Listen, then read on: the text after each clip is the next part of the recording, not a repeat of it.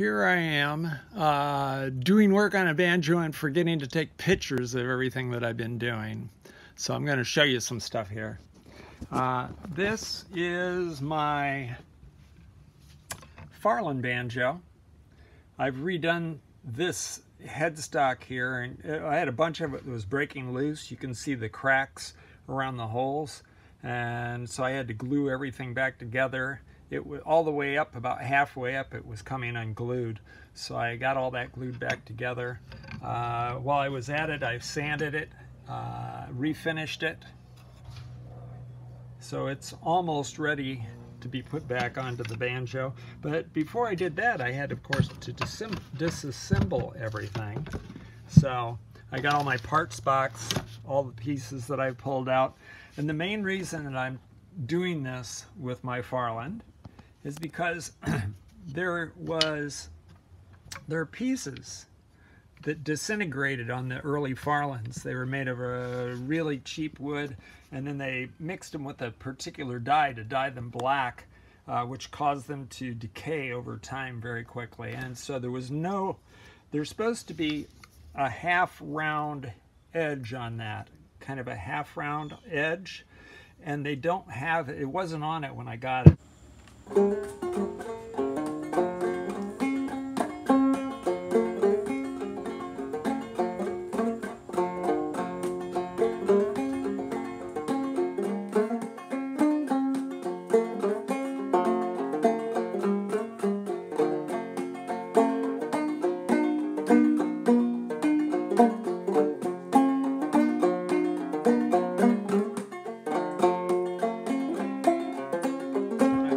Sanded all the black tar glue that they had on it off, got it, well, almost all of it off, got it nice and smooth. And then I had a piece of wood, and there are some of the cuts that I've been doing. It was a piece of, it was about 4 or 5 inches by about 12 inches long. Oops, let me pick that piece up. And then out of it I cut, I drew drawings around the edge of it. Didn't do drawings. I set the wood on it and then traced it. And so I've come up with these 4 pieces that will go around the outside edge, like so.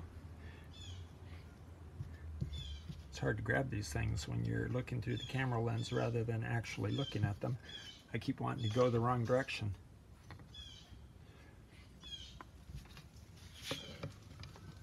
And they will go up there.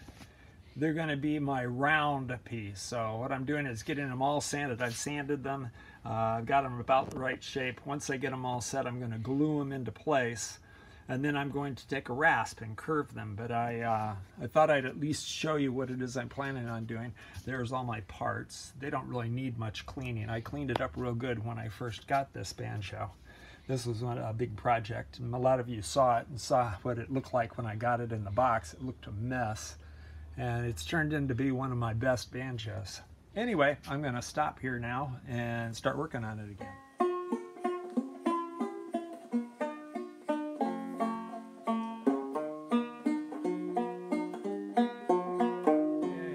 Okay, I've got the Farland, my rim cap is in place. I'll shape it after it gets glued into place, but I got it all glued and clamped down. Hopefully this will work.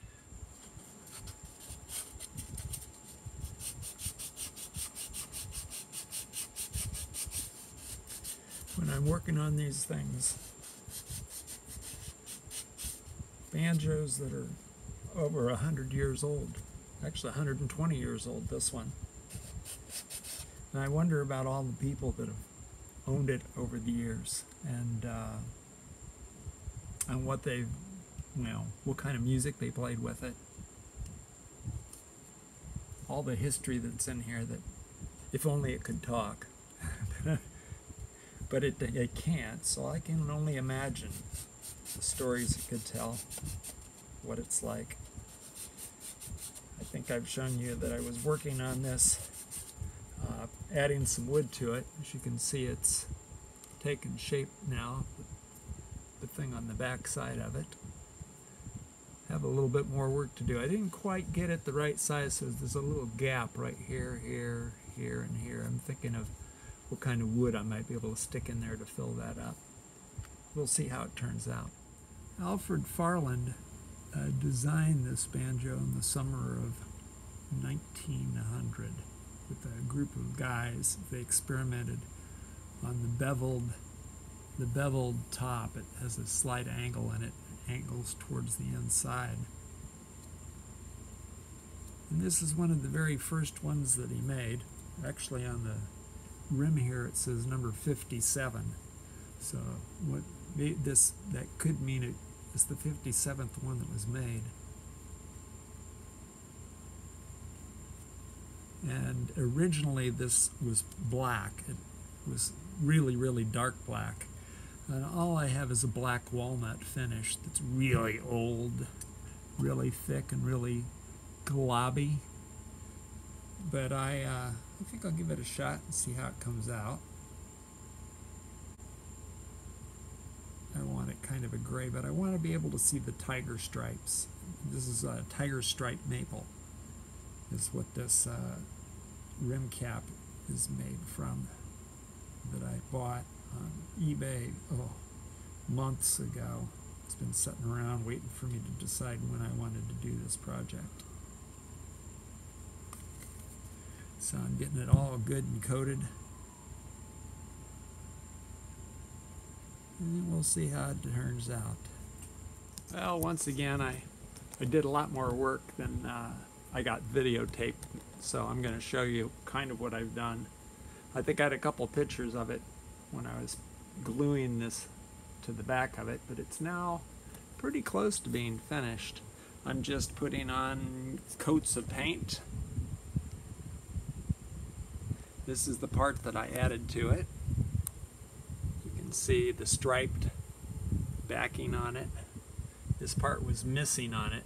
I think I have it a lot thicker than what it originally was. It was just a thin black piece that they had before and it fell off. But this one adds a little oomph to it, and I'm pretty pleased with the way it's turning out. I'm going to start putting it together here as soon as I'm done with the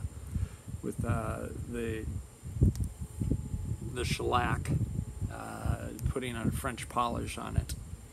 Still have a bit of work yet to do. Hopefully be done in a day or so.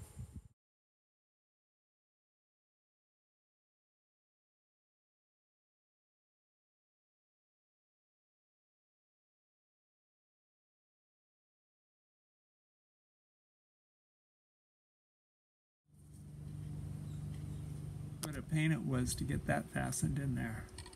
Wow. Very difficult. I got it all hooked up now.